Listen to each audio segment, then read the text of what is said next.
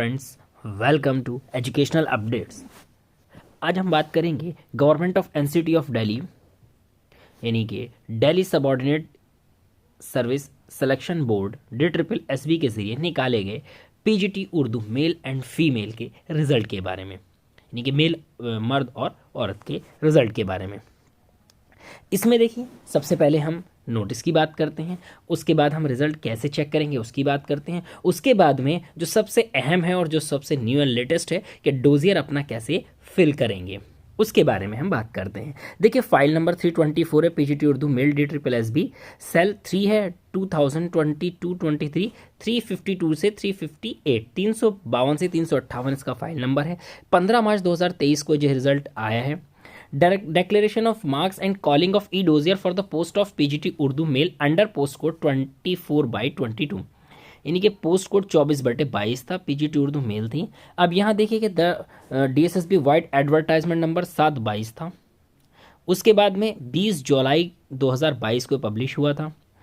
3 vacancy थी, unreserved यानी general की 3, और उसके अंदर OBC, SC, ST, EWS, PWD उसकी कोई भी वैकेंसी नहीं थी। For the post of PGT Urdu male post code 24/22 in directorate of education, ये महकमा तालीम यानी कि डायरेक्टरेट ऑफ एजुकेशन शिक्षा विभाग दिल्ली की वैकेंसी थी। Online written examination for the post of PGT Urdu male post code 24/22 was held on 3 November 2022। Online mode में 3 नवंबर 2022 को टेस्ट हुआ था और उसके अंदर टोटल 355 कैंडिडेट्स अपीयर हुए थे। उसमें से इन्होंने 10 कैंडिडेट्स को क्वालिफाई किया है कि based on the performance in the written examination, सिर्फ रिटन एग्जाम की बेस पे होता है। यहाँ पर 300 नंबर का पेपर था, जिसमें पार्ट ए 100 नंबर के सवाल थे, पार्ट बी में 200 के सवाल थे। कुल मिलाकर 300 में से ये इन्होंने मेरिट बनाई है। The cut off marks for uploading of e-dossiers only have been given as under, जिन लोगों के 183.92 या उससे ऊपर हैं वो डोजियर के लिए कॉल किए जाएंगे, यानी कि अपने सारे डॉक्यूमेंट्स को जो है वो इलेक्ट्रॉनिक फॉर्म में, ऑनलाइन फॉर्म में अपलोड करने को DSSB में e-dossier कहते हैं। देखिए, EWS, OBC, SC, ST, PWD कुछ नहीं है। आउट ऑफ 300 में से 183.92 UR यानी जनरल। अब देखिए, इसमें लिखा होगा the short listed candidate for the above mention post code are hereby informed to fill the e-dossier and upload all the relevant documents of educational, professional certificates, degrees and marks sheets, caste certificate, disability certificate, यानी कि उनको सारे documents upload करना है। कैसे करेंगे ये मैंने आगे अगली शीट्स में, अगली स्लाइड में बताया है। अब ये कह रहे हैं कि काइंडली नोट जो है वो डेली आप जो है वेबसाइट देखते रहें। और पॉइंट नंबर 8 देखिए, सबसे मेन है कि the e-dossier link shall be activated for a period of 15 days, work effect 17 March 2023 to 31 मार्च 2023। 17 मार्च से 31 मार्च तक सिर्फ 15 दिन के लिए डोजियर खुलेगा। अगर किसी ने डोजियर फिल नहीं किया है तो उसका कैंडिडेट रिजेक्ट कर दिया जाएगा, तो इसीलिए ये ध्यान रखें।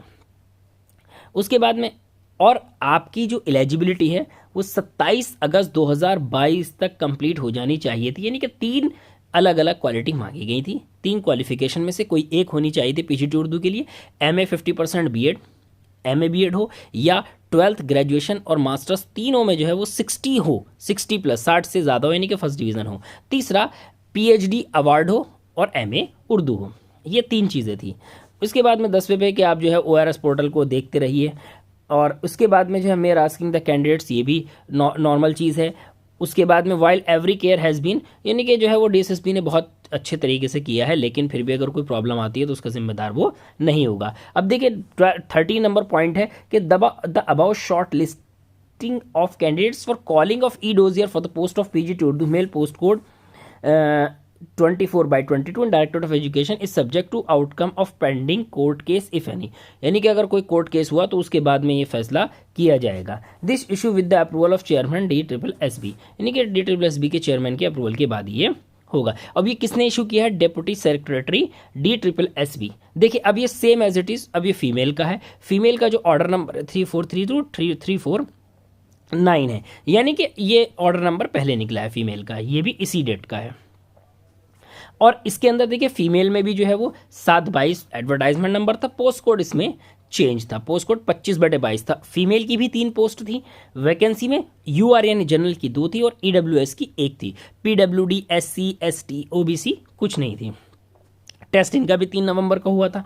टोटल 260 फीमेल अपियर हुई थी, उसमें से 11 को इन्होंने जो है वो शॉर्ट लिस्ट किया है। अब देखिए दोनों अलग अलग कैटेगरी हैं। ईडब्ल्यूएस में जिस ईडब्ल्यूएस कैटेगरी की लड़की के 122 या उससे ज़्यादा हैं उसको डोजियर के लिए बुलाया गया, यानी कि वो अपना ऑनलाइन डॉक्यूमेंट्स अपलोड करे अपने ORS पोर्टल से जाके। कैसे करना है ये मैंने अगली स्लाइड में बताया है। यूआर यानी कि अनरिजर्व के जनरल के 150.50 150.50, यानी कि अगर इससे ज़्यादा इतने हैं या इससे ज़्यादा हैं तो उसको बुलाया गया है। अब ये सारी चीज़ें बता दी हैं कि ये चीज़ होनी चाहिए। अब देखिए यहाँ जो फीमेल का डोजियर होगा, the E dossier link shall be activated for a period 15 days. देखिए बहुत ध्यान से देखना है, इसे 20 मार्च से लेकर 3 अप्रैल तक है। मेल का अलग है, फीमेल का अलग है। और ये इशू किसने किया है? डेप्यूटी सेक्रेटरी DSSB ने। उसके बाद देखिए अब हमें अपना रिजल्ट कैसे चेक करना है, आपने कैसे करना है। DSSB ऑनलाइन पे हमने क्लिक किया, हमने ये जाएंगे तो देखिए DSSB ऑनलाइन मैंने किया। इसका जो एक्चुअल लिंक है वो मैं डिस्क्रिप्शन में भी दे दूंगा, https://DSSB.online.nic.in।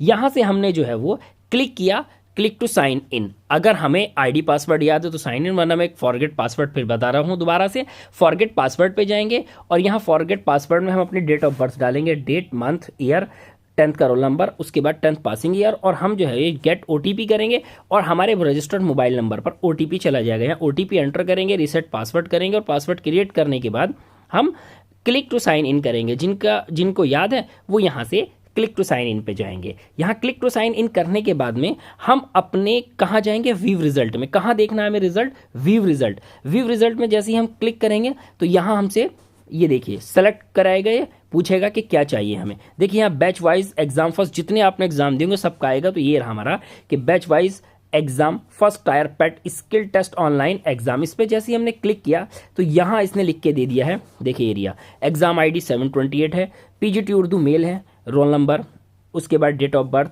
मार्क्स कितना है ये है। अब रिमार्क्स अभी इसलिए नहीं आया है, जिस दिन डोजियर अपलोड करने का लिंक एक्टिवेट होगा तो यहाँ रिमार्क्स आपका लिखा हुआ आएगा।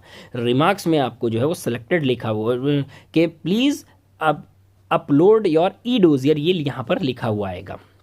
अब इसको प्रिंट करके आप अपने पास रख लें, ये बाद में यूज़ होगा। और एक चीज़ ध्यान रखिए, जो आपका ऑनलाइन वो जो हॉल टिकट था जिसपे इन्विजिलेटर के साइन है वो आपकी ज्वाइनिंग तक काम आएगा। अब यहाँ देखिए हम इसको होम पे जाएंगे और ई डोजियर को हमें कैसे फिल करना है ये मैं बता रहा हूँ, ये सबसे इंपॉर्टेंट है। ठीक है, यहाँ जो है वो हम ई डोजियर में गए, हमने किस पे किया? ई डोजियर। देखिए ये ई डोजियर पे क्लिक किया मैंने, यहाँ ई डोजियर पे, और ई डोजियर में यहाँ पर सेलेक्ट किया। जब आपका लिंक एक्टिवेट हो जाएगा तब यहाँ सेलेक्ट पे जाएंगे और उसको सबमिट करेंगे। सबमिट करने के बाद में हमारे पास में देखिए ये ऑप्शन आएगा कि हमारी पोस्ट कौन सी है, PGT उर्दू लेंगे, हम सबमिट कर देंगे। यहाँ सबमिट करने के बाद में ये देखिए डोजियर नंबर देगा कि आपका डोजियर नंबर क्या है, उसके बाद में नेम, उसके बाद फादर नेम, मदर नेम, उसके बाद में एड्रेस दे देगा, आपका जो है पिन कोड दे देगा, उसके बाद में एज कितनी है आपकी ये दे देगा, और आपको 7 नेक्स्ट करना है। 7 नेक्स्ट किया आपने तो यहाँ देखिए आपने ये आप क्या क्या अपलोड करेंगे। देखिए फ़ोटो ये मैंने अपलोड कर दिया, साइन ये मैंने अपलोड कर दिए, आधार ये मैंडेटरी अपलोड कर दिया, 10th का सर्टिफिकेट मैंडेटरी है मैंने अपलोड कर दिया। उसके बाद में जो है OBC मैंने क्रॉस मार दी, OBC की ना तो मेल में थी ना फीमेल में थी, इसलिए मैंने इसको क्रॉस लगा दिया। Documentary proof of recognition of the university, यानी कि अगर किसी ने आउट ऑफ इंडिया से अगर किया है तो उसके लिए होता है, मैंने इसको भी जो है क्वेश्चन मार्क लगा दिया अगर कोई ऐसा हो तो। उसके बाद में कॉपी ऑफ एडमिट कार्ड की लगाना है, नेक्स्ट करेंगे। जैसे हम नेक्स्ट करेंगे तो यहाँ पर आपको जो है वो 12th की डिटेल्स देनी है, आपको जो है वो अपने सर्टिफिकेट डिटेल्स देनी है जो मैंडेटरी है, 10th की 12th, उसके बाद में ग्रेजुएशन, उसके बाद में जो है वो मास्टर्स, उसके बाद में आपको बीएड अगर आप बीएड हैं, वरना तो आपको जो है वो एक कंबाइंड फाइल बनानी पड़ेगी 12th, ग्रेजुएशन और मास्टर्स की, क्या फर्स्ट डिवीजन है या आपको PhD देना पड़ेगा। जो जो मैंडेटरी है मैंने उस पर क्लिक कर दिया। देखिए यहाँ ये CTET और CTET का तो वो ज़रूरत नहीं है क्योंकि ये TGT वाले को किया था, तो यहाँ इसमें क्रॉस लगा दिया मैंने। और यहाँ मार्कशीट ऑफ 10th ये भी कंपलसरी है। अब ये देखिए यहाँ पर हमारा जो है हमने नेक्स्ट किया। नेक्स्ट करने के बाद में जो है वो यहाँ आपको चेक कराएगा कि आपने क्या क्या अपलोड कर दिया है और क्या क्या करना था। 12th की मार्कशीट आ गई है, यहाँ इसने डिवीज़न लिख दी है, BA आपको जो है वो क्योंकि बीए से कोई मैटर नहीं है, ये उन लोगों के लिए जो बीएड है। तो यहाँ पास्ड है, यहाँ जैसे 12th है तो देखिए फर्स्ट डिवीजन आ गया, इसी तरीके से 12th आपके ग्रेजुएशन में फर्स्ट डिवीजन आएगी, जो बीएड नहीं है उनकी एमए डिग्री में भी फर्स्ट डिवीजन आएगी। और अगर आप बीएड हैं तो फिर देखिए ये 12th आएगा, बीए आएगा, एमए आएगा, बीएड आएगा। उसके बाद में अगर आपके पास एमफिल है तो वो आएगा, पीएचडी है तो वो आएगी, जेआरएफ है तो वो आएगा, नेट है तो वो आएगा, सीटेट देखिए मैंने यहाँ पर क्रॉस लगा दिया है इसमें। उसके बाद में डिक्लेरेशन पर आप क्लिक करेंगे और डिक्लेरेशन पर क्लिक करने के बाद सेव एंड सबमिट का बटन आएगा, सेव एंड सबमिट कर देंगे। अगर किसी वजह से किसी के डोजियर में कोई प्रॉब्लम आती है तो उसके बाद में एक नया ऑप्शन इसमें होता है कि वो डेफिशिएंसी दी जाती है, और डेफिशिएंसी के बाद में उसको क्लियर करने के लिए क्या करते हैं कि यहाँ पर जो है वो रिप्लेस रिकॉल डॉक्यूमेंट होता है, ये करना होता है। तो मुझे उम्मीद है कि आपको ये जानकारी पसंद आएगी। इसी तरह की और जानकारी के लिए आप जुड़े रहिए एजुकेशनल अपडेट्स के साथ।